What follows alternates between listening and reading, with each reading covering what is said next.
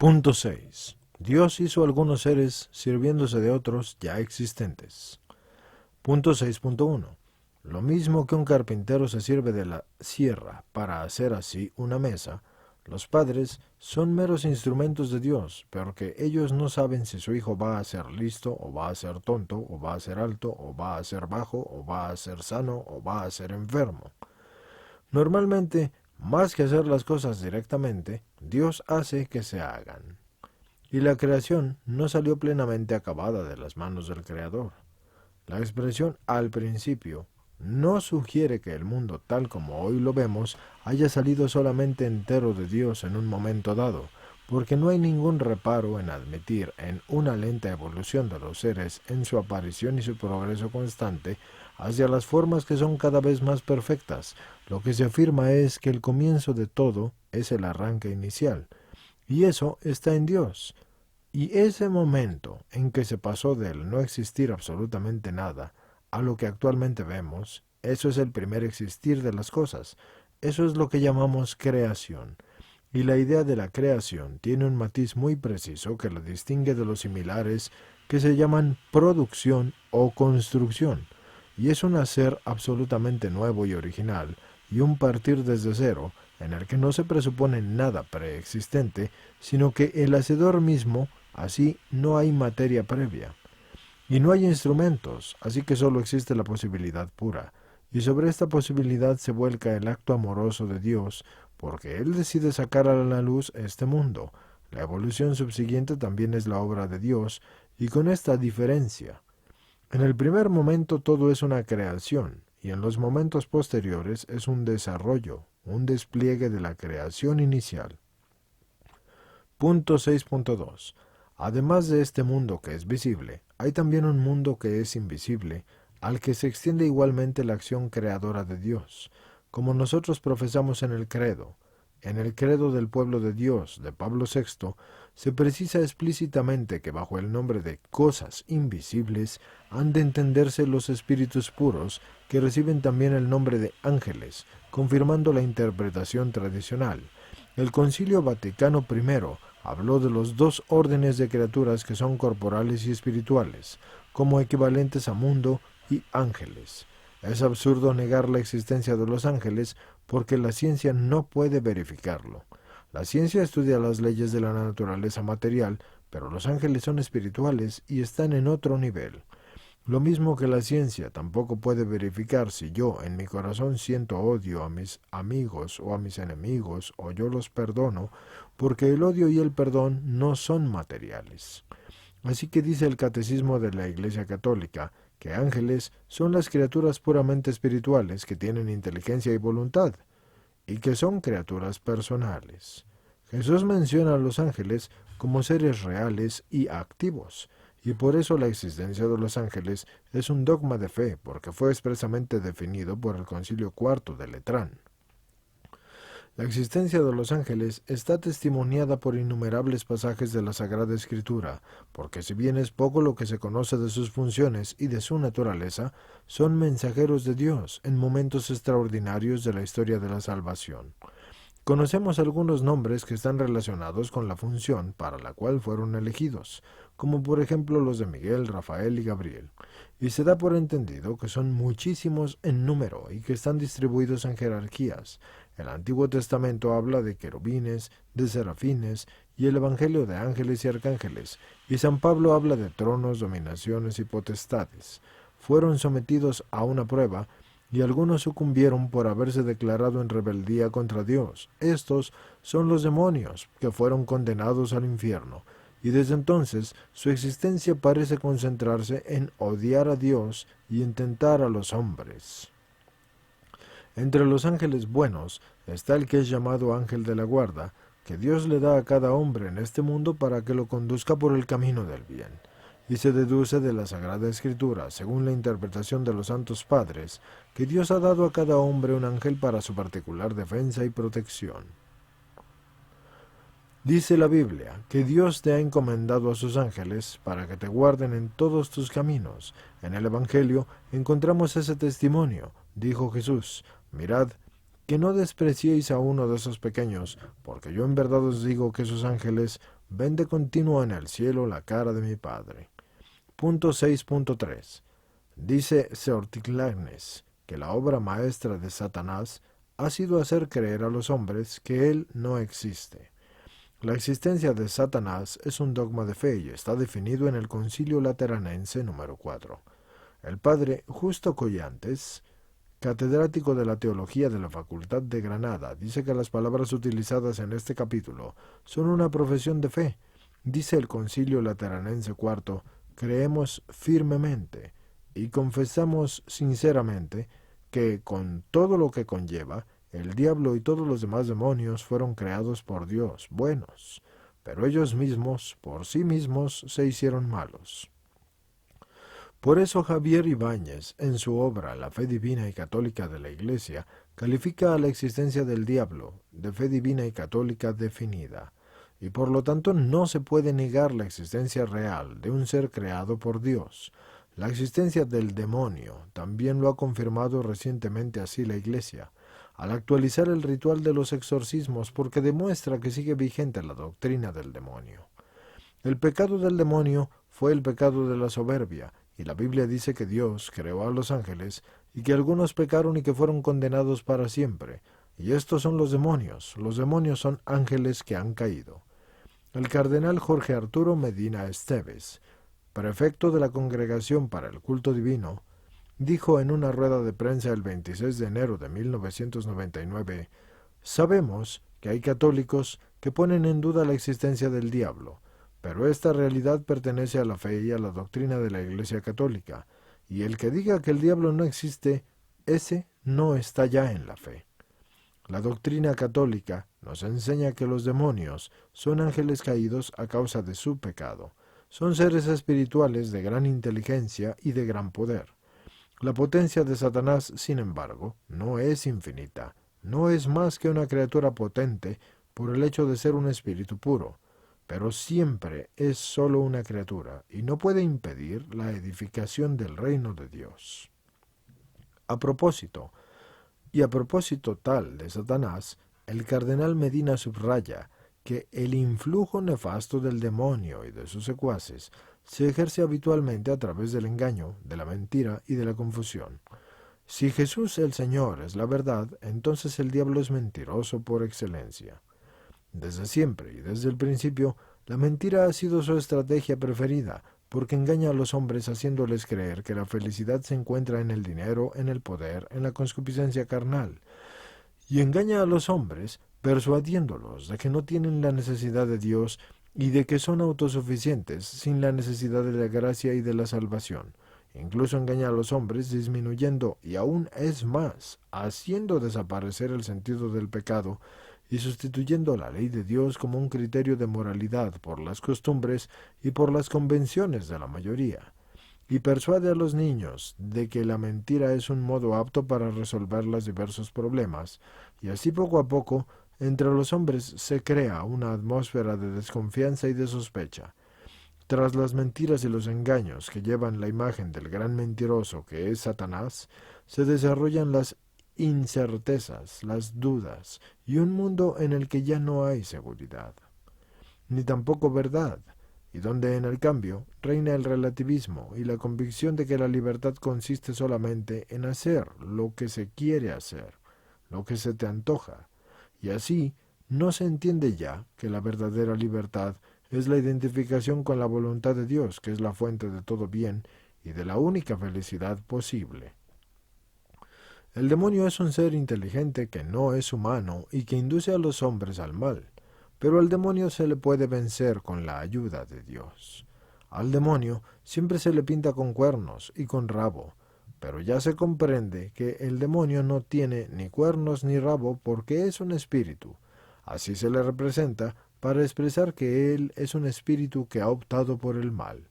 Y en la Biblia parece clara la existencia del demonio en la tentación de Eva y en las pruebas de Job, y en todos los etcétera, y sobre todo en el Evangelio. Cristo, para rechazar a Pedro, que le proponía huir de la cruz, le dijo, «Apártate de mí, Satanás». Es decir, que Cristo supone que Satanás es alguien. Si no, ese modo de hablar no tendría sentido. Dice el Catecismo de la Iglesia Católica que el demonio es una persona, así lo considera Cristo, porque supone que tiene deseos, así que le dice a Pedro que Satanás quiere cribaros como al trigo. Y San Pedro llama a Satanás nuestro adversario y afirma que anda buscando el modo de hacernos daño. En otra ocasión Cristo afirma que él expulsa al demonio. D. Salvador Muñoz Iglesias, que es profesor de la Sagrada Escritura en el Seminario de Madrid, en el espacio de la televisión, que se llama El Pulso de la Fe, dijo: quien niegue la existencia real de Satanás, tiene que admitir que Cristo o se equivocó o nos engañó. Si un cristiano no puede admitir ninguna de estas dos cosas, tendrá que aceptar entonces la existencia real de Satanás. Si hay algo claro en una lectura de las páginas del Nuevo Testamento, es que para Jesús y los apóstoles el demonio es una realidad viva, y no es una simple figuración ni tampoco un fantasma. Pablo VI dijo: el que rehúsa reconocer la existencia de Satanás se sale del marco de la enseñanza bíblica y eclesiástica. Dice Munden: no se puede eliminar de la Escritura la existencia del demonio como un ser personal sin alterar el mensaje cristiano en su misma esencia. A veces se dan casos, aunque rarísimos, de posesión diabólica, y hay que distinguir entre la auténtica posesión diabólica y los enfermos mentales que se creen que están poseídos del demonio. Para las auténticas posesiones diabólicas, la Iglesia tiene sacerdotes especializados que practican exorcismos para expulsar los demonios.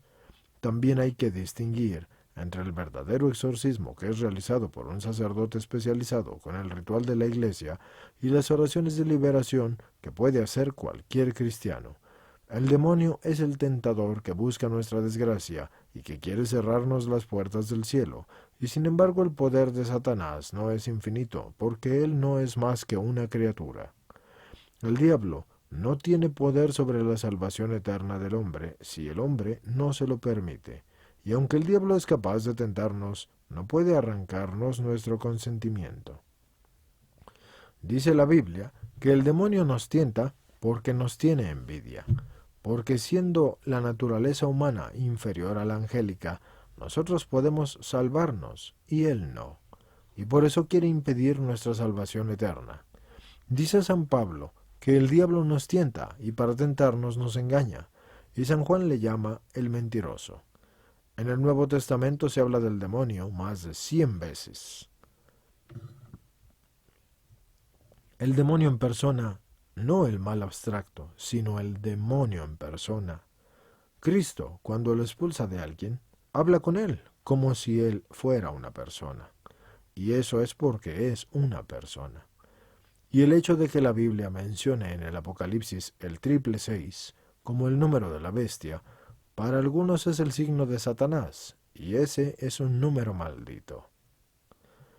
En nuestros días, la presencia del diablo principalmente se da en las prácticas del espiritismo y en el juego de la cuija, y también en las sectas satánicas y en las posesiones diabólicas. Y puede ser interesante mi video que se llama ¿Existe el diablo?, con mi intervención en un debate de la televisión vasca ETV. Punto 6.4.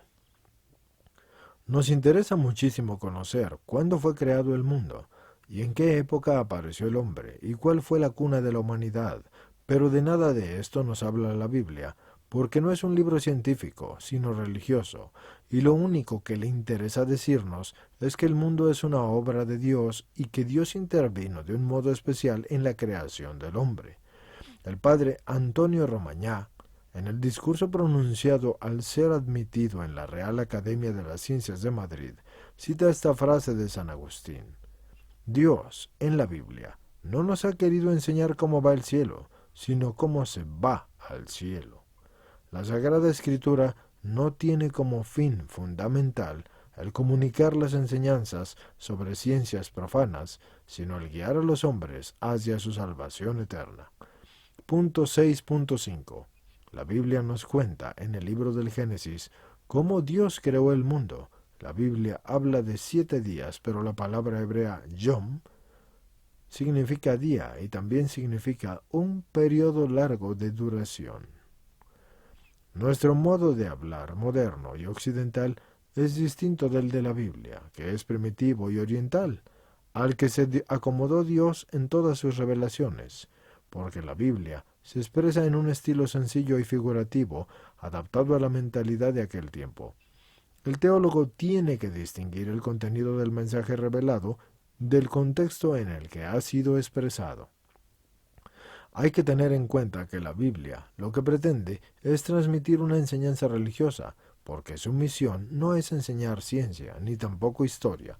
La Biblia no se propuso ninguna finalidad científica, y por lo mismo tampoco nosotros debemos buscar en la Biblia una solución científica a los problemas que plantea la ciencia moderna. En el modo de hablar se acomoda el modo de pensar y de expresarse del pueblo al que se le dirigía, y no es lo mismo decir una cosa que afirmarla. Al decirla yo me acomodo al modo de hablar, pero al afirmarla yo la quiero enseñar. Cuando a un niño se le dice que la cigüeña lo ha traído, y que le ha traído además a un hermanito, aunque ese modo de hablar no sea recomendable, como yo lo digo en el número 66,4, no se está afirmando que ese sea el modo de nacer de los niños, sino que se emplea un modo de hablar metafórico y figurativo que es erróneo y que es equivocado, pero ese es el que lo emplea, porque el que lo emplea lo considera como el más adecuado para hacerse entender. Punto 6.6. No puede haber contradicción entre la ciencia y la fe, porque las dos vienen del mismo Dios. En efecto, la ciencia es el conocimiento de las leyes que Dios ha puesto en la naturaleza, y la fe es el conocimiento de las verdades religiosas que Dios ha revelado. Con todo hay que tener en cuenta que la ciencia mira la creación desde el punto de la vista de las causas naturales, y por esto se interesa directamente de su desarrollo en el tiempo y del orden exacto en este desarrollo. La Biblia, en cambio, mira la creación desde el punto de vista de Dios como la causa primera y universal, y por eso ella no atiende en su narración al desarrollo temporal objetivo, sino que toda ella está atenta a la afirmación de la causalidad divina en cada uno de los elementos de la creación.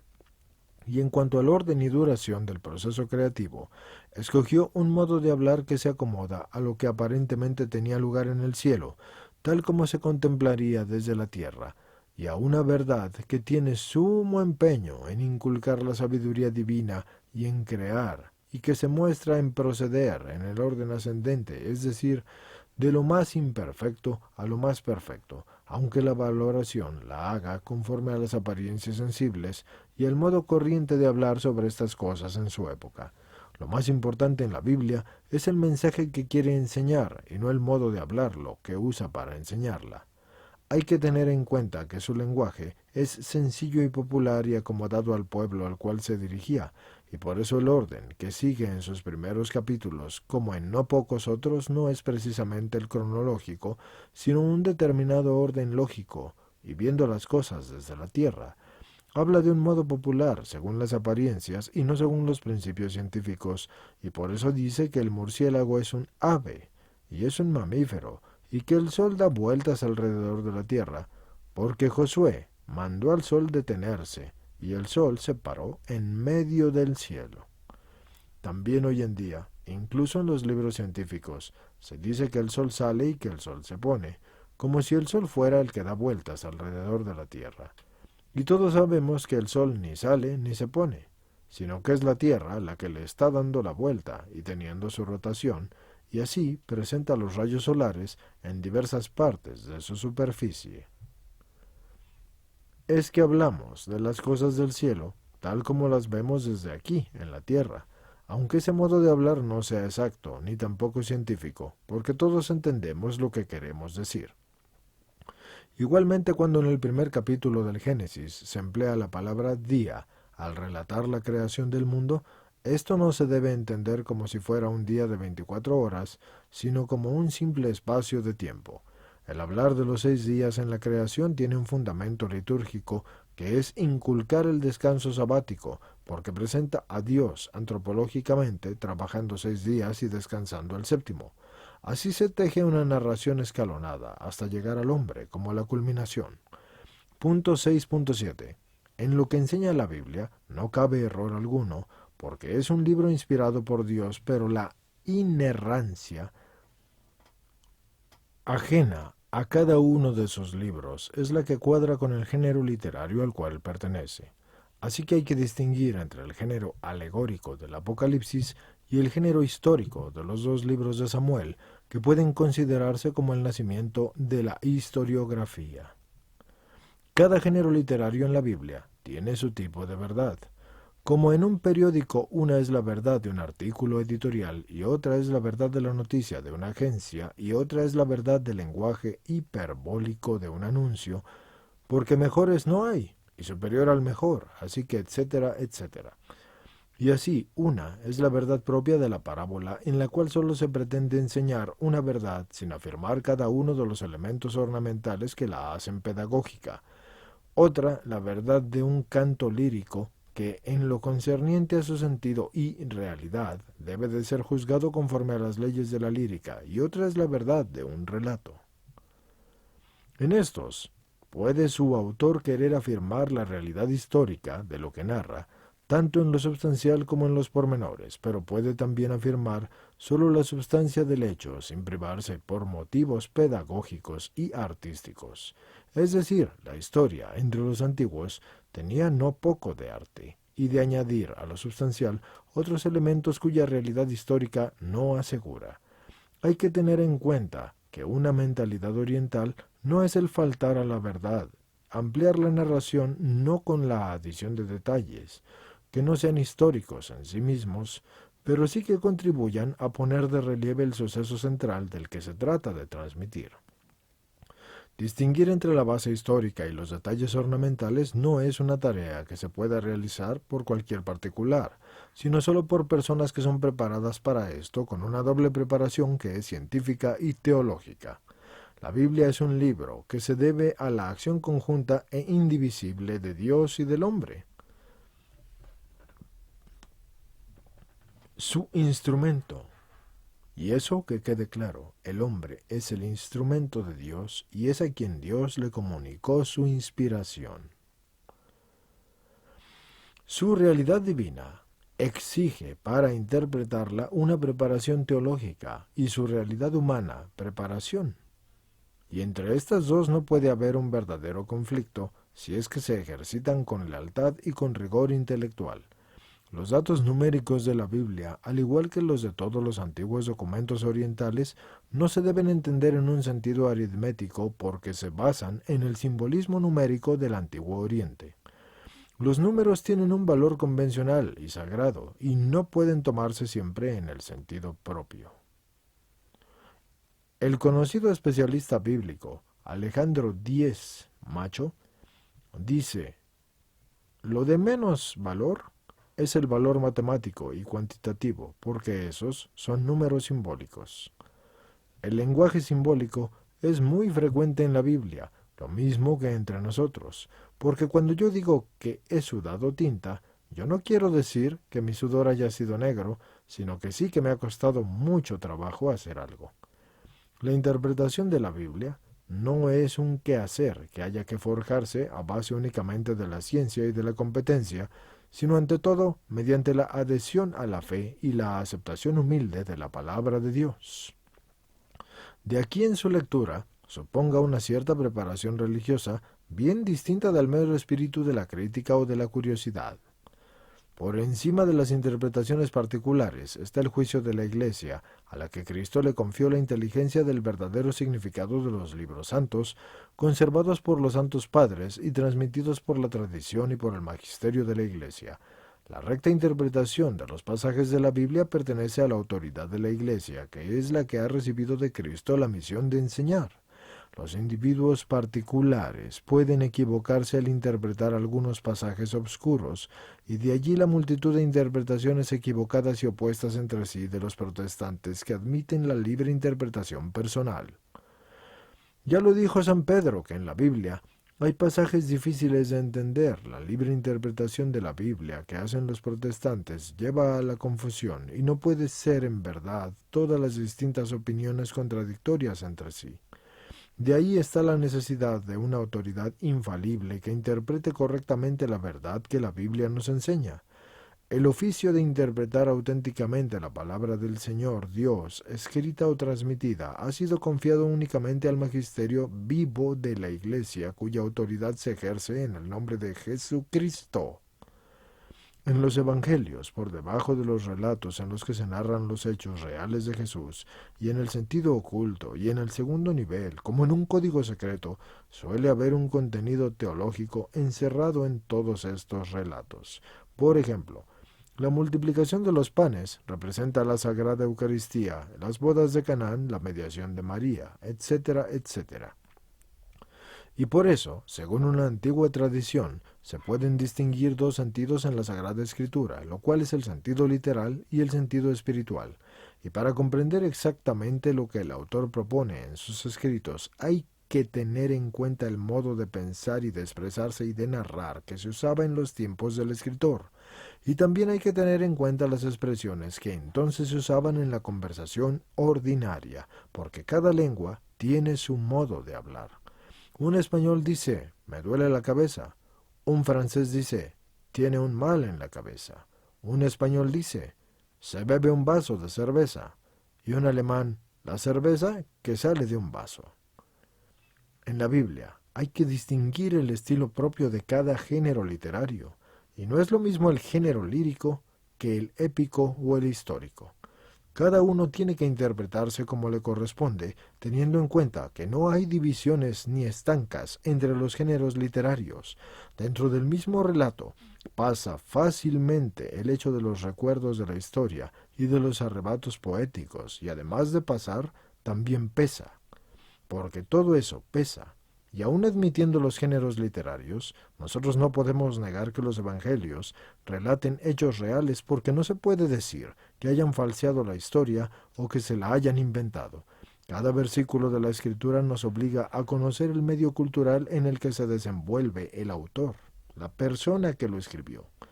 Los recientes hallazgos de las ciencias auxiliares de la exégesis nos han proporcionado un conocimiento más profundo del mundo bíblico. Este conjunto de conocimientos auxiliares no es, sin embargo, lo esencial en la lectura y la interpretación de la Biblia. Ante todo, es preciso tener siempre en cuenta que la mejor manera de entender la palabra del Señor Dios es explicar la Biblia por la Biblia. Es una enseñanza que tal vez se encuentra expuesta en un pasaje de un modo fragmentario e incompleto y que encuentra frecuentemente su complemento y su equilibrio gracias a otros textos más claros, más desarrollados y más coherentes. Aquí, estimados escuchantes, les quiero hacer una aclaración. En varios de los videos en el canal, yo les he dicho muchas veces, no se basen solamente en la Biblia, porque la Biblia es un conglomerado de libros. Es como el diccionario en el cual ustedes se basan para entender. Pero de ahí, el Señor ha dado inspiraciones especiales. Por eso siempre les he recomendado el libro de Urantia, y les he recomendado el poema del hombre Dios, y les he recomendado la Suma Teológica de Santo Tomás de Aquino. El libro de Urantia comenzó a publicarse en el año de 1956. Lo que es el poema del hombre Dios se comenzó a publicar más o menos por el mismo año, unos 10 años después, en 1965 o algo así. Y ese fue hecho por María Valtorta e inspirado por Dios, pero a ella Dios se le aparecía y le dictaba su vida. Y lo que es la Suma Teológica de Santo Tomás de Aquino, esa fue inspirada por el Señor y explica muy bien la Biblia. Y este paréntesis se los hago porque también Jorge Loring, el sacerdote aquí, que estoy leyéndoles, hace saber esto de una manera más general. Entonces esto nos da a entender que no podemos basarnos únicamente en la Biblia, hay que basarnos en la amplitud de las inspiraciones divinas y conocimientos que el Señor nos da para dar nuevo conocimiento a través de la Biblia a todos nuestros semejantes. Continuando con la lectura. Y junto con el recurso al mismo texto sagrado, también es menester prestar la atención a todas las interpretaciones de los santos padres de la Iglesia. Estos santos vivieron en las condiciones humanas y sociales y religiosas y etcétera, y todo lo que conlleva, muy semejantes a las del mundo del Evangelio, y poseyeron también un sentido cristiano que es más agudo, más puro que el nuestro. Punto 6.8. La Iglesia reconoce como sagrados todos los libros de la Biblia, porque, habiendo sido escritos bajo la inspiración del Espíritu Santo, tuvieron a Dios como autor, porque los autores que son inspirados lo escribieron, y lo hicieron solamente de la manera en que Dios quería, y solamente lo que Dios quería. Y por eso hay que confesar que los libros de la Escritura enseñan firmemente y con fidelidad y sin error la verdad que Dios quiso consignar en las Sagradas Escrituras para nuestra salvación. Por eso la Biblia es el libro de Dios. La Iglesia en la Biblia no recibe solamente una palabra humana, sino la palabra de Dios, porque las verdades que se contienen en la Sagrada Escritura se consignaron por la inspiración del Espíritu Santo. Y aun cuando las diversas partes que la componen hayan sido redactadas por distintos autores, Dios es el autor principal de toda ella. La lista de los libros inspirados está en el canon, que de ellos la Iglesia ha publicado, y esta lista de los libros inspirados de la Biblia fue promulgada oficialmente en el Concilio de Trento en 1546, basándose en la tradición de la Iglesia asistida por el Espíritu Santo. Y ya en el año 393, en el Concilio de Hipona, se hizo la primera lista. Cuando el emperador Constantino le dio la paz al mundo cristiano, se emprendió la obra de juntar las varias partes de las Escrituras, y todo con el empuje del Papa. Los protestantes quitan de la Biblia algunos libros porque estos no les convienen, y esos se llaman deuterocanónicos. Pero esos libros están en la Biblia Septuaginta, que esta es una traducción griega de la Biblia hebrea que se hizo en el siglo III antes de Cristo. Llamada así porque ésta fue escrita por 70 sabios de Alejandría. La Sagrada Escritura es a un tiempo una obra de Dios y del hombre. Es de Dios como la causa principal y del hombre como una causa instrumental. Cuando el músico se sirve de un instrumento para así obtener sonidos, el artista es la causa principal del sonido, pero el instrumento es la causa instrumental. Y así Dios, dicen los santos padres, se valió del hombre como de un instrumento para escribir los libros sagrados. Aunque el autor sea un instrumento en las manos de Dios, no deja entonces de ser un instrumento inteligente y también libre, que conscientemente usa sus facultades, sus sentidos, su inteligencia, su memoria y su voluntad. Y en consecuencia, se le llama el escritor sagrado. Porque, inciso A, puede utilizar conocimientos adquiridos que han sido adquiridos por él de antemano. Inciso B, conserva su personalidad, su estilo, su expresión peculiar, hasta sus incorrecciones de lenguaje, porque a estas cosas no se va a extender la inspiración.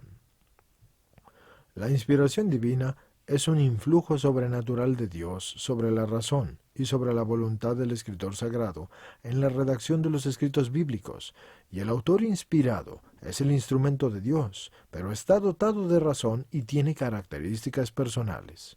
La inspiración es ese soplo divino que respeta la libertad y el modo de expresarse que es propio de cada autor sagrado, que conservando su personalidad realiza un trabajo de reflexión y de redacción para comunicar lo que Dios desea que se escriba y que se sepa.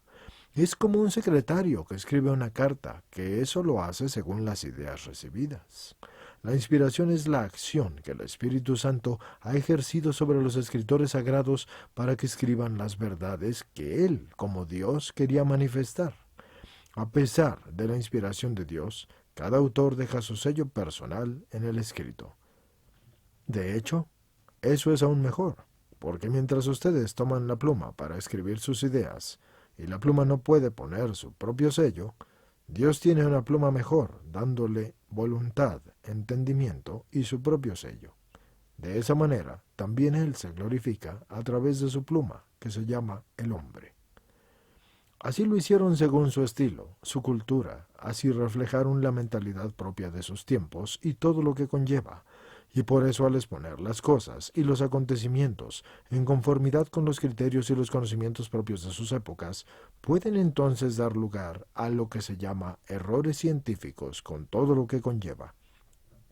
Y siendo la historia de un pueblo no siempre santa, ni tampoco ejemplar, no todo lo que esté recogido y descrito en la Biblia tendrá que ser perfecto y edificante. La diversidad de los autores de los libros sagrados le da variedad a todos los estilos, y lo mismo es que el trazo de un escrito que varía según se le haga con una pluma, o con un bolígrafo, o con un rotulador, pero en sí la idea siempre es del mismo autor. Así que es lo mismo con los hombres, porque depende del hombre el estilo. La inspiración comunica el mensaje, la idea, pero las palabras, el modo de la expresión, el mensaje, eso son obra del autor inspirado. Por ejemplo, una madre puede decirle a su niño que se calle de tres maneras. La forma primera es, te he dicho que te calles. La forma segunda es, ¿no has oído que te calles? Y la última sería, por milésima vez te lo digo, cállate. Esos son tres modos distintos de decirle lo mismo, afirmativamente, interrogativamente e hiperbólicamente, pero en los tres casos se le está diciendo lo mismo. De este modo, por encima de las diferencias literarias existentes entre los diversos libros sagrados, Dios continúa siendo siempre su autor. La Biblia, por tanto, es un libro divino. Dice San Juan Pablo, toda escritura está inspirada. Así también lo dice Pío XIII en su encíclica Divina Afflite Spiritu. El autor sagrado es instrumento del Espíritu Santo, pero es instrumento vivo y está dotado de la razón, es decir, está dejando su huella personal, su carácter, su personalidad, su mentalidad, etc. El Espíritu Santo sí dictó lo que quería que se escribiera. Ese fue un dictado interno y silencioso. El escritor lo redactaría según su estilo de expresión propio, incluso sin percatarse de que estaba escribiendo bajo la influencia divina de la inspiración. Sin embargo, ese Espíritu Santo quería y hacía cada rasgo de su pluma. La Biblia es la palabra de Dios que está escrita por los hombres y la palabra de los hombres que está inspirada por Dios. El estudio de la Sagrada Escritura abarca dos campos, la exégesis y la hermenéutica. La exégesis estudia el significado de las palabras y la hermenéutica interpreta el sentido de los textos. Por lo tanto, la Biblia es la palabra de Dios escrita por los hombres y la palabra de los hombres inspirada por Dios. Punto 6.9. Los testigos de Jehová. Estos se sirven de la ignorancia de los oyentes para así tergiversar las fuentes de la revelación, y tienen su propia traducción de la Biblia, y esta se llama The New World Translation. El texto de esta traducción difiere de un modo radical de las demás versiones cristianas, tanto católicas como protestantes. Ellos sacan conclusiones teológicas diametralmente opuestas a la del cristianismo tradicional, introducen palabras que cambian el sentido de los textos originales. Esta traducción ha recibido la repulsa unánime de todos los exégetas, incluso los protestantes. Este volumen es una clara prueba de cómo no debe hacerse una traducción, y eso lo dice H. H. Rowley. Y también A. Hoekema, porque no es una versión objetiva de los textos sagrados, sino una obra llena de prejuicios que han metido así contrabando en los textos de la Biblia. En el libro Proceso a la Biblia de los Testigos de Jehová, que está escrito por el ex pastor protestante Dan Jans, se dice en la presentación que los testigos de Jehová han torcido las Escrituras y han puesto en circulación una Biblia que está falseada y adaptada a sus prejuicios con todo lo que conlleva. Esa es una Biblia sectaria porque esto es una maldita secta, y como tal es la negación misma del espíritu bíblico genuino. Ante este cúmulo de arbitrariedades rayanas, es en el sacrilegio así por tratarse de la palabra de Dios, y no queda sino esa disyuntiva, y los traductores de la Biblia de los Testigos de Jehová han fallado en su cometido por una ignorancia o por malicia. Y si no sabían griego y la tradujeron así, entonces pecaron por ignorancia, y nunca debieron meterse como traductores de la Biblia.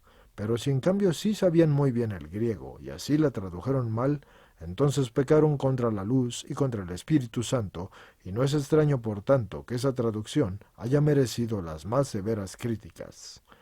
El padre Giuseppe de la Rosa ha publicado en la revista Civita Católica de los jesuitas de Roma un artículo titulado Los testigos de Jehová no son cristianos, donde dice que la traducción de la Biblia de los testigos de Jehová falsifica cosas esenciales para decir lo que la Biblia no dice, o incluso lo contrario de todo lo que dice.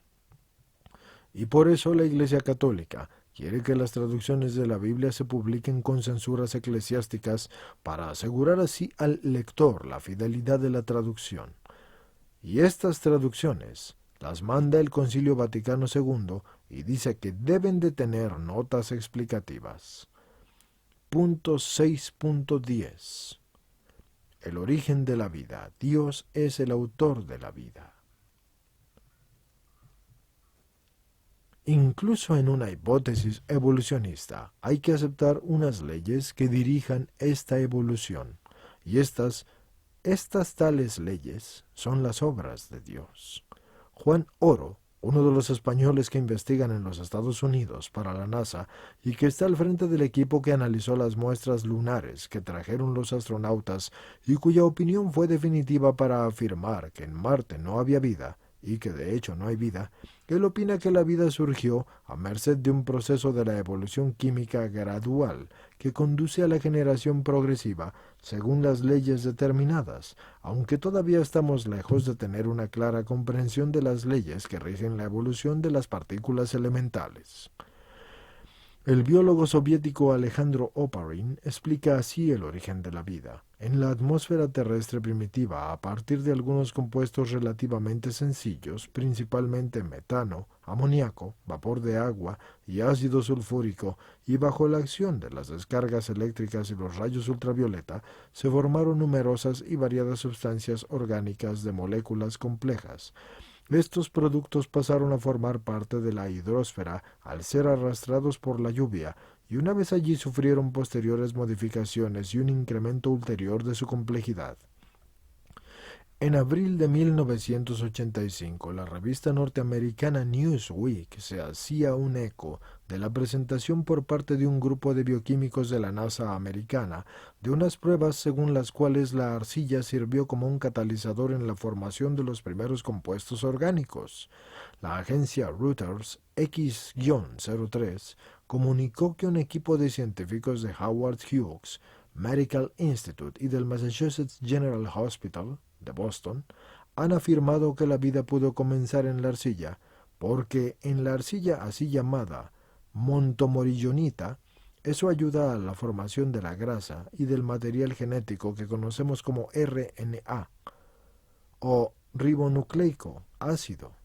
Así podría ser una explicación de aquello de la Biblia, de que la vida se nació del barro. Así recientemente, Leslie Orgel, uno de los mayores expertos mundiales en la materia, demuestra en la revista científica Nature que el origen de la vida puede, y de hecho pudo, aparecer en el terreno arcilloso.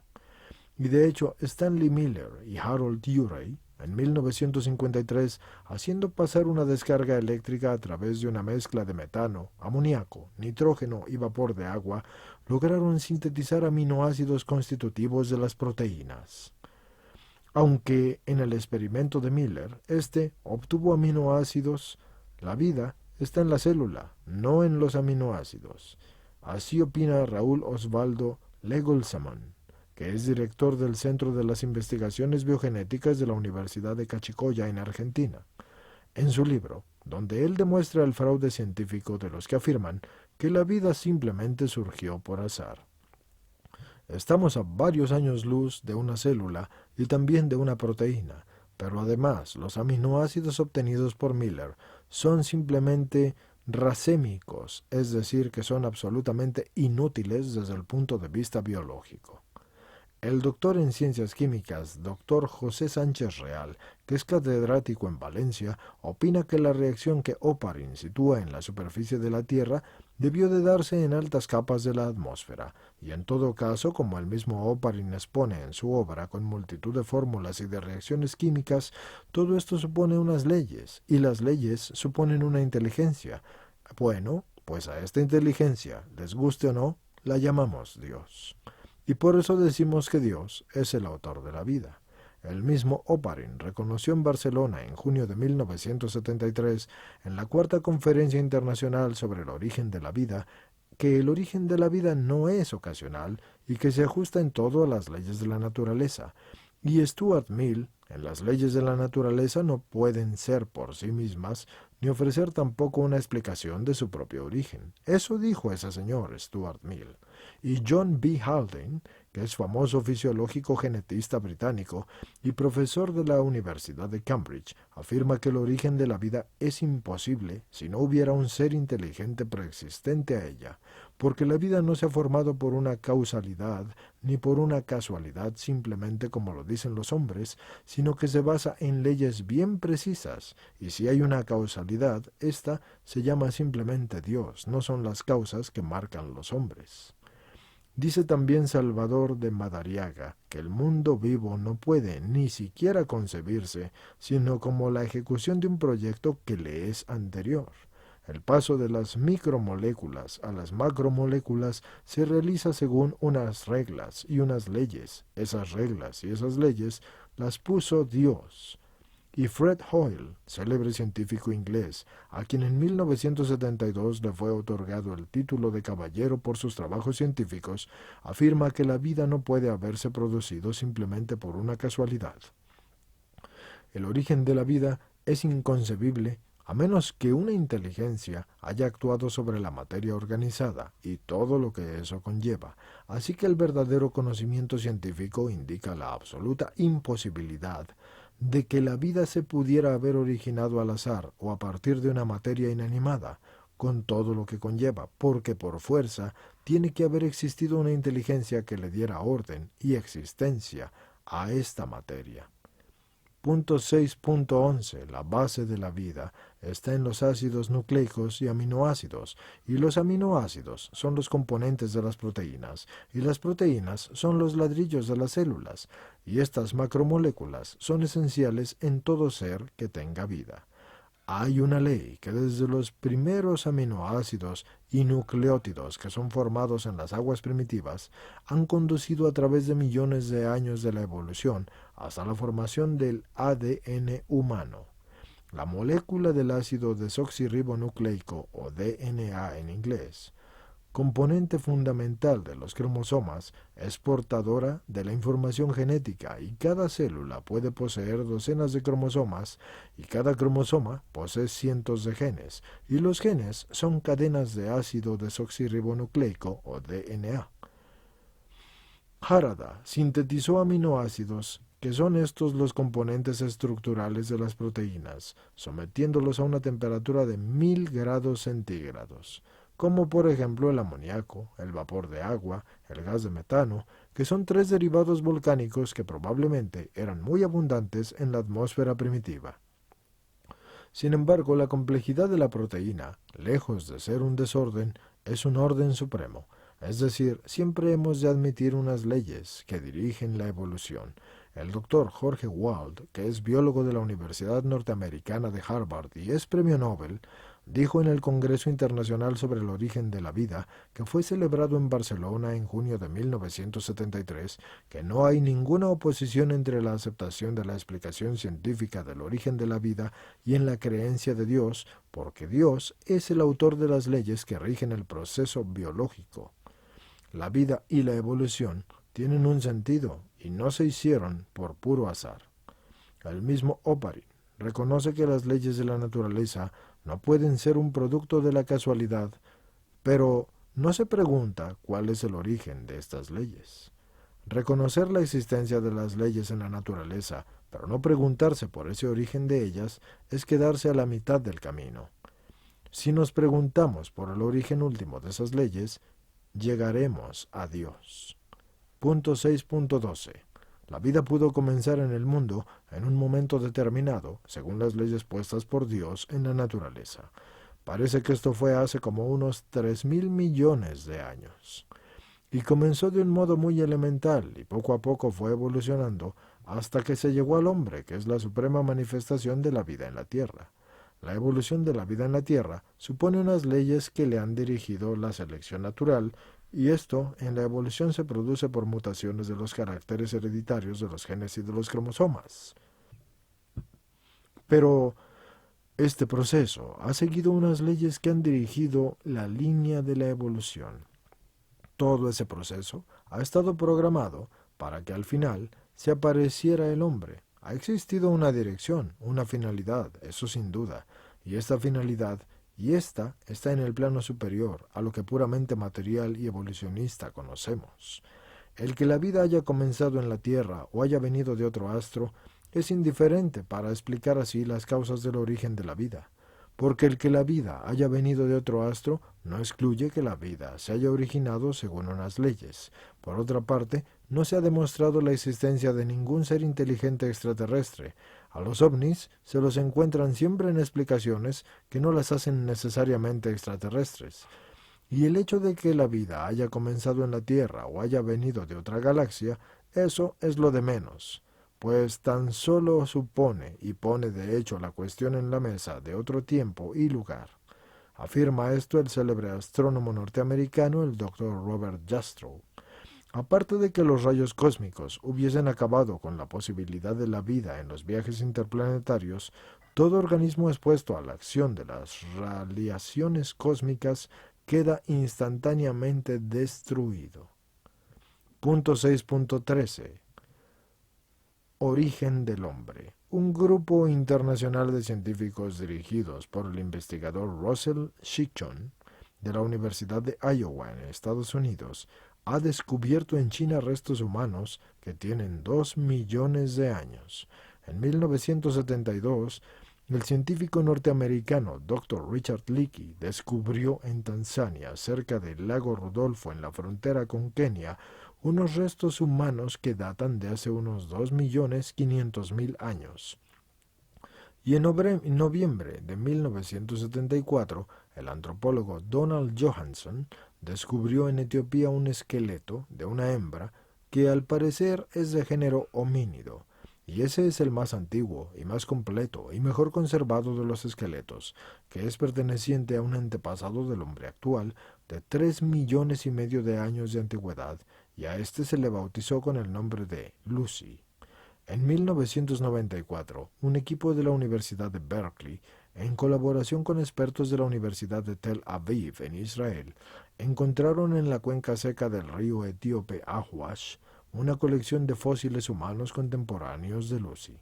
Recientemente, Maeve Leakey, esposa de Richard Leakey, ha descubierto en Kenia un homínido, el Australopithecus anamensis, que tiene 4 millones de años de antigüedad.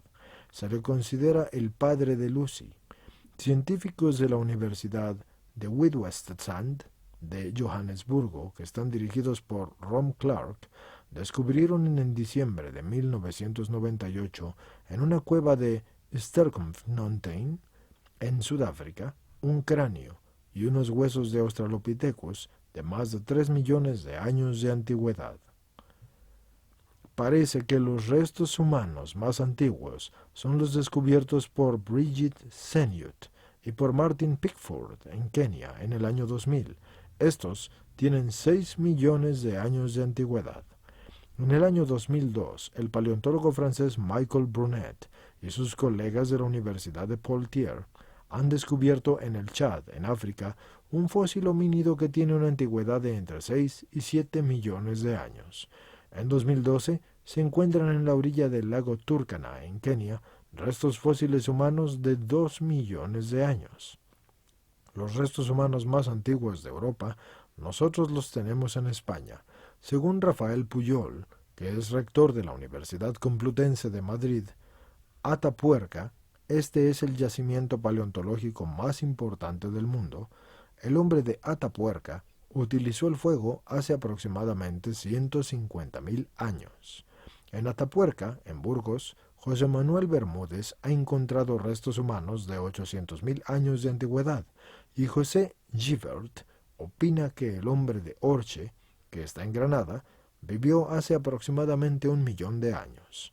El arqueólogo Isidro Toro opina que la presencia humana en Orce puede remontarse a 1.500.000 de años. Y si pusiéramos en un año la historia del cosmos, es decir, el Big Bang, estaría al empezar el 1 de enero, y toda la historia del hombre ocuparía tan solo el último minuto del 31 de diciembre de este hipotético año, en que cada día equivaldría a 50 millones de años. Entonces Cristo aparecería el 31 de diciembre a las 11 horas con 59 minutos y 50 segundos.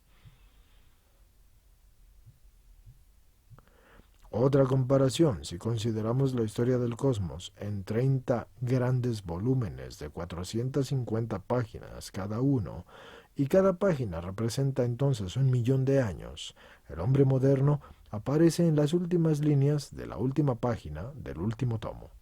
Así que voy a poner aquí las fechas más importantes de la historia de la Tierra. 15.000 millones de años, el Big Bang, más o menos el origen del cosmos. 5.000 millones de años, el origen de la Tierra. 3.000 millones de años, el origen de la vida. 63 millones de años, desaparición de los dinosaurios. 3 millones de años, aparición del hombre. 2.5 millones de años, el hombre comienza a hablar. 500.000 años, el hombre utiliza el fuego. 15.000 años, pinturas de Altamira. 5.500 años, aparece la escritura. 2.000 años antes de Cristo, es Abraham. 1.250 años antes de Cristo, es Moisés. 700 años antes de Cristo, es Isaías. Hace 2.000 años, Dios se hace hombre en la tierra y muere en la cruz para redimir a la humanidad. Punto 6.14. La Biblia cuenta la creación del primer hombre y de su cuerpo material y de su alma espiritual e inmortal. Por eso, no se puede decir que el hombre viene del mono, así simplemente es necesario admitir la especial intervención de Dios. El cuerpo puede venir por evolución, pero no el alma, porque el alma es espiritual. El alma humana ha sido infundida por Dios en el momento de la concepción. Nunca el espíritu puede venir por evolución de materia. El salto de la materia al espíritu puede darse solamente por la intervención de Dios. Entre el mono y el hombre hay un abismo, y este abismo es la inteligencia, y la inteligencia es y siempre será de un orden espiritual. Que Dios permita que a través del cuerpo se manifieste este don de orden espiritual es diferente. Dijo el premio Nobel de Medina, John C. Eccles, en el prólogo de Las fronteras del evolucionismo, lo siguiente: cada alma es una nueva creación divina, así que me permito decir que ninguna otra explicación es sostenible. La Iglesia siempre ha insistido en el hecho de que, siendo espiritual, el alma humana solo puede existir porque ha sido creada, y no es posible que proceda de un animal inferior, ni por evolución. La fe católica nos obliga a retener que el alma humana ha sido creada inmediatamente por Dios. Dice Pío XII en la encíclica Humani Generis número 29. Con todo, no hay dificultad en admitir dentro de la doctrina católica que Dios infundió el alma espiritual en un mono antropomorfo. Un cuerpo animal no es más indigno que un pedazo de barro para percibir el soplo espiritual de Dios. En la historia bíblica de la formación del primer hombre, lo que se quiere destacar es que el hombre proviene de Dios. La intervención de Dios en la infusión del alma espiritual en el hombre se explica en la Biblia con las palabras «hagamos al hombre a nuestra imagen y semejanza» y todo lo que eso conlleva. Y así Dios creó al hombre a imagen suya. El hombre es imagen de Dios solo en el alma espiritual, pues Dios como creador no tiene un cuerpo material porque Dios es espíritu puro. Alma significa el principio espiritual del hombre, el soplo de Dios. El llevar en sí la imagen y la semejanza de Dios lo debe el hombre no a su figura corporal, sino a su alma espiritual que está dotada de un entendimiento y una voluntad. Sin duda alguna, la palabra hebrea bará significa creó. Eso indica una acción especial divina y significa sacar algo de la nada. El verbo bará en todo el Antiguo Testamento solo se dice de la acción divina. El hombre es la cumbre de la obra de la creación por haber sido hecho a imagen y semejanza de Dios. El ser humano tiene la dignidad de la persona y no es un algo, es alguien. En la evolución del universo y de la vida, llegó un momento en que, superando las energías materiales y vitales inferiores, apareció en la Tierra una energía de una calidad eminentemente superior, esa energía psíquica humana. Así que Darwin tuvo la intuición de cómo es que pudo ser el origen del hombre. Pero en sus tiempos, los fósiles correspondientes a los homínidos eran prácticamente desconocidos. Así lo afirma el doctor Bermudo Meléndez, catedrático de paleontología en la Universidad Complutense de Madrid. Es decir, en aquel tiempo, la teoría evolucionista de Darwin era solo una hipótesis que no tenía una comprobación empírica. Y por eso la Iglesia, que es muy prudente, no acepta todas las hipótesis científicas inmediatamente, sino que se espera a que esa hipótesis de trabajo se consolide y se estudie así su armonía con la revelación de Dios. Punto 6.15. Esta teoría de que Dios se sirvió del cuerpo de un mono para hacer el primer hombre, eso se llama evolucionismo. Y hay muchos teólogos católicos que defienden esa teoría, que no está condenada por la Iglesia. Desde la fe y la filosofía no hay un inconveniente en admitir la teoría de la evolución. Dios ha puesto las leyes en la naturaleza que, evolucionando, conducen al cosmos que hoy conocemos, como las fichas en el efecto dominó, porque no hay que tumbar cada una, porque solo tumbando la primera, ya sabemos que se van a tumbar todas las demás. Pues lo mismo Dios conoce el final de la evolución por todas las leyes que Él ya ha puesto en la naturaleza. La última palabra siempre la tiene la ciencia, pero la teoría de la evolución no elimina la necesidad de una inteligencia ordenadora y creadora. Admitir el orden de este mundo, pero no preguntarse por su causa, es como encontrarse en un televisor así en lo alto de un monte y así atribuir eso simplemente a la casualidad. El evolucionismo puede considerarse en el origen del hombre y de toda la creación. El relato bíblico de la creación en 7 días puede ser un símbolo de que Dios hizo la creación, pero la hizo de un modo evolutivo. Los textos de la Biblia no tratan de darnos una explicación científica del modo como fueron hechos Adán y Eva, sino que es algo mucho más profundo, porque el hombre es una obra de Dios y la mujer, de la misma naturaleza que el hombre, también es una obra de Dios. El Génesis es una narración que es simbólica del origen de la humanidad, porque la Biblia está llena de antropomorfismos que se deben de saber interpretar. Con la imagen de lo que se dice del soplo, quiere decir que el hombre recibió de Dios algo que lo convirtió en lo que es, un hombre. Y a ese algo nosotros le llamamos el alma espiritual. Y cuando dice que Eva era de una costilla de Adán, esto quiere decir que la mujer es de la misma naturaleza que el hombre. La formación de la mujer de la costilla del varón quiere expresar que la dignidad de aquella es igual a la de éste. Pío XII afirma que la encíclica Humani Generis que hizo en 1950 sobre la evolución, ahí se dice que la Iglesia deja la doctrina de la evolución como una cuestión abierta, mientras que las especulaciones se limiten al desarrollo del cuerpo humano a partir de otra materia que sea viviente y que ya sea existente. Es posible que el hombre y el mono actual vengan de un tronco común, pero aunque el cuerpo del hombre pueda venir por evolución de un mono antropomorfo, no por eso vamos a decir que el hombre es un mono desnudo. También la gallina procede de un huevo, y nosotros no decimos que la gallina es un huevo con plumas. El hombre es mucho más que un animal. Prescindir de la vertiente espiritual del hombre es una visión equivocada de lo que es realmente el hombre, porque el hombre es algo más que un simple animal.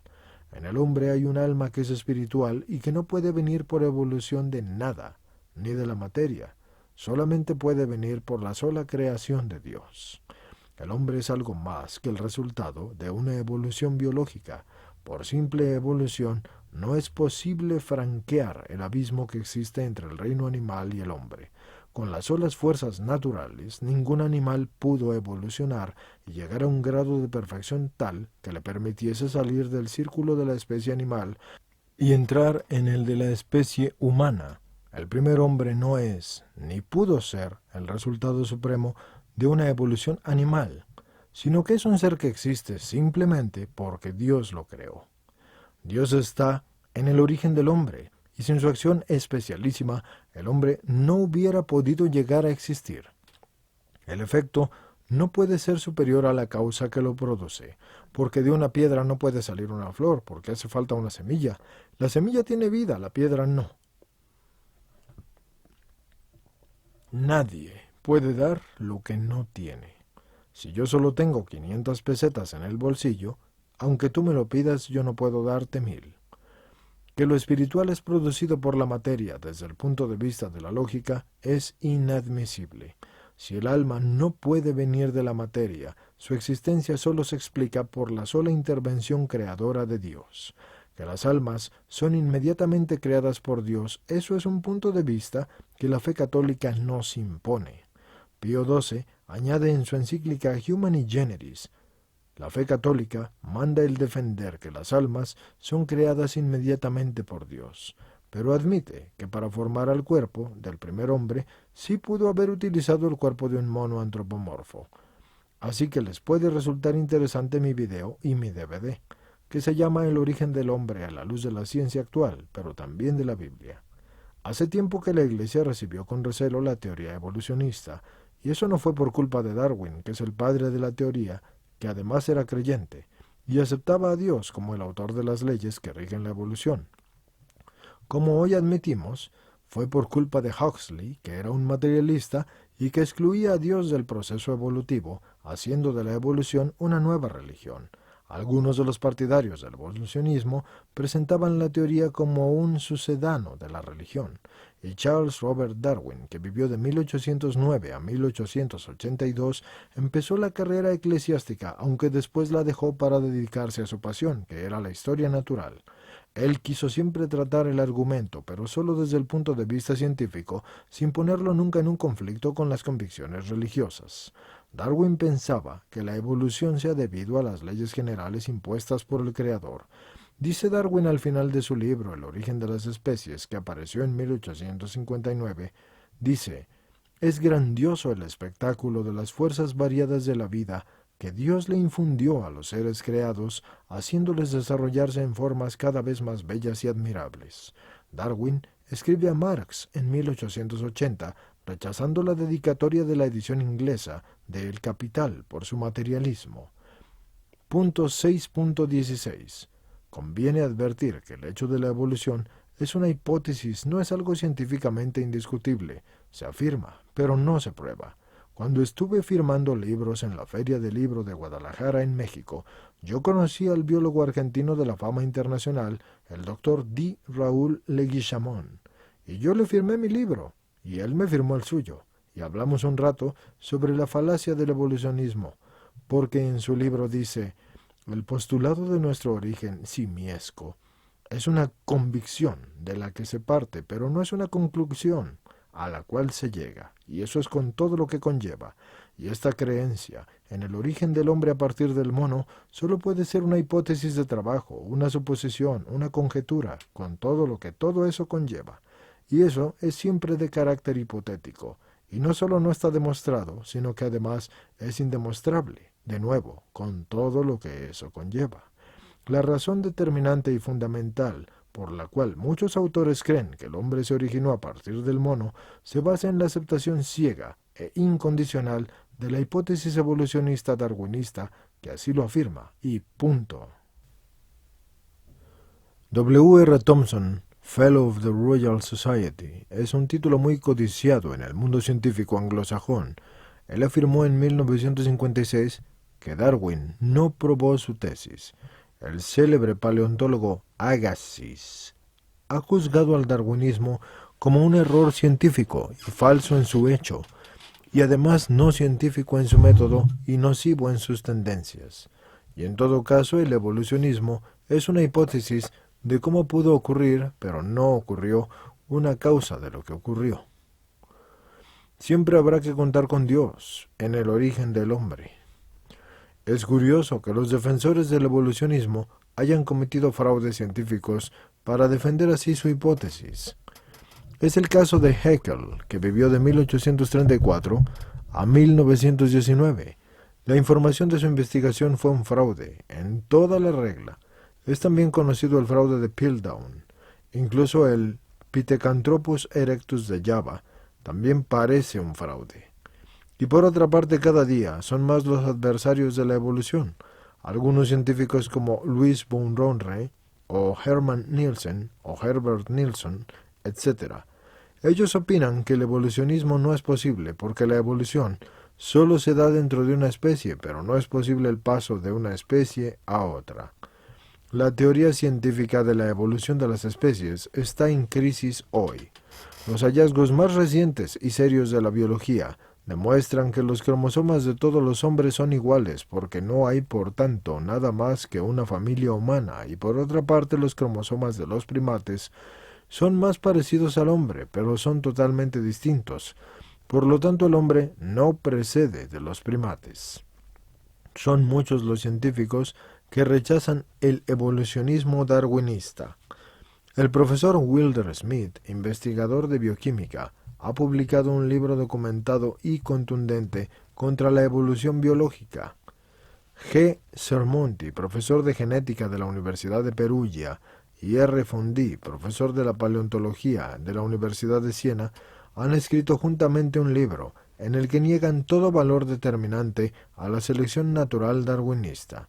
Sermonti llega a decir que el darwinismo es una verdadera falsificación científica con todo lo que conlleva y además es una falta de honradez. Es famoso científico contemporáneo, y también otro que es el famoso científico contemporáneo Sir Fred Hoyle, en su libro El universo inteligente, ha escrito «La teoría darwinista es errónea», y el periódico italiano Corriere della Sera, del 25 de agosto de 1992, da cuenta de una intervención de un especialista británico llamado Richard Milton en el Congreso de la Asociación Británica para el Progreso de la Ciencia, en la que afirmó que el mito del darwinismo ha quedado hecho pedazos. Michael Danton, director del Centro de Investigaciones en Genética Humana de Sydney, Australia, opina que Darwin estaba equivocado, y Carlos Baliña, que es doctor en filosofía y profesor de filosofía en la ciencia, es un brillante conferencista, y en una conferencia titulada Pseudociencia del evolucionismo, que fue pronunciada en Luján, Argentina, afirmó que el evolucionismo ateo es falso. Y dio muchos datos para demostrar que es ridículo atribuir a la casualidad las maravillosas mutaciones de la evolución. Es mucho más racional atribuirlas al poder de Dios, que es el autor de las leyes de la naturaleza. Y el premio Nobel Jan Rostand, en su obra Lo que yo creo, evolucionismo, tal como se nos lo presenta hoy en día, y es un cuento de hadas para adultos. Así que Pierre-Paul Grass, miembro de la Academia Francesa y considerado como primer zoólogo del mundo, dice que el darwinismo encierra importantes falacias y advierte que hay que hacer reflexionar a los biólogos sobre la ligereza de las interpretaciones y extrapolaciones que los doctrinarios presentan como verdades demostradas. Sin duda alguna, es imposible para cualquier ser vivo haberse cambiado en cualquier otro distinto de su propia especie. Y eso con todo lo que conlleva. Y esto no es por la Biblia, ni por todo lo que conlleva, ni por los problemas que se originan todos dentro de ese ámbito, desde la física, desde la química, desde las matemáticas, desde la anatomía, desde la fisiología, etc. Parece que ha llegado ya el tiempo del rechazo final de una hipótesis que debe ir para el cubo de la basura de la historia. Recientemente el célebre biólogo y matemático Jorge Salet, en su libro del azar y certeza, demuestra matemáticamente la imposibilidad de una evolución progresiva. Además afirma que desde el origen de la vida, que se calcula que ocurrió hace unos 3.000 millones de años, no ha habido tiempo para que la primera célula viva evolucione hasta el hombre, porque el número de probabilidades es del orden de 10 elevado a menos 100. Es decir, hay una probabilidad tan mínima que para los científicos es prácticamente imposible, y lo mismo afirmó Murray Eden en el simposio que tuvo lugar en 1966 en el afamado Instituto Wistar de Filadelfia. Recientemente también se ha mostrado en contra de Darwin el profesor de la Universidad de Berkeley, Estados Unidos, Philip E. Johnson, en su libro de Darwin a Examine. Punto 6.17. Se presenta el problema de si fue una sola pareja o que fueron muchas las que Dios transformó en hombres, porque la primera teoría se llama monogenismo, pero la segunda se llama poligenismo. La teología del pecado original se ha expresado siempre bajo la concepción monogenista del origen del hombre. Actualmente los teólogos han realizado serios intentos para buscar una explicación del pecado original en la hipótesis del poligenismo, pero no han llegado a una solución plenamente satisfactoria. Con todo, el monigenismo no puede ser considerado como una doctrina revelada o infaliblemente enseñada por la Iglesia, pero sí que es una doctrina considerada por buenos teólogos como la próxima a la fe. Y de hecho Pablo VI, en su discurso al Simposium de Teólogos Católicos sobre el pecado original, no ha cerrado totalmente las puertas a la visión poligenista de la humanidad, con tal de que se salven los elementos esenciales del dogma católico del pecado original. El sumo pontífice Pío XII dice a este propósito: mas cuando se trata de otra hipótesis, la del llamado poligenismo, los hijos de la Iglesia no gozan de la misma libertad, porque los fieles no pueden abrazar la sentencia de lo que se afirman, o que después de Adán hayan existido en la tierra verdaderos hombres, que no procedieron de aquel como del primer padre de todos, por generación natural, o que Adán significa una especie de muchedumbre de primeros padres. No se ve, por modo alguno, cómo puede esta sentencia conciliarse con la que las fuentes de la verdad revelada y los documentos del magisterio de la Iglesia proponen sobre el pecado original, que procede del pecado verdaderamente cometido por un solo Adán y transmitido así a todos por las generaciones. Pío XII no dice que el poligenismo no pueda conciliarse con la fe, sino que no se ve cómo pueda conciliarse. Deja abierta la posibilidad de una conciliación, y si esto se consigue, el poligenismo no entraría entonces en conflicto con la fe católica. La hipótesis del monogenismo tiene una confirmación científica, porque según el profesor Francisco Grande Covian, la información genética del DNA mitocondrial confirma que toda la humanidad viene de la misma madre.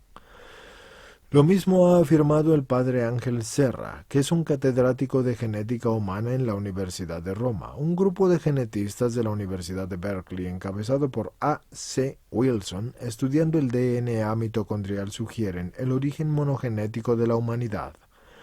Todos los hijos, machos o hembras, que tienen mitocondrias exactamente iguales a las de la madre, y las mitocondrias son estructuras celulares situadas en el citoplasma que rodea el núcleo. Luigi Luca Cabal Sforza, que es profesor de genética en la Universidad de Stanford y responsable del proyecto del genoma humano, programa científico internacional que se propone catalogar el ADN de todas las etnias de todos los continentes, dice: en la actualidad, muchos biólogos creen que la vida en la Tierra tiene un origen único.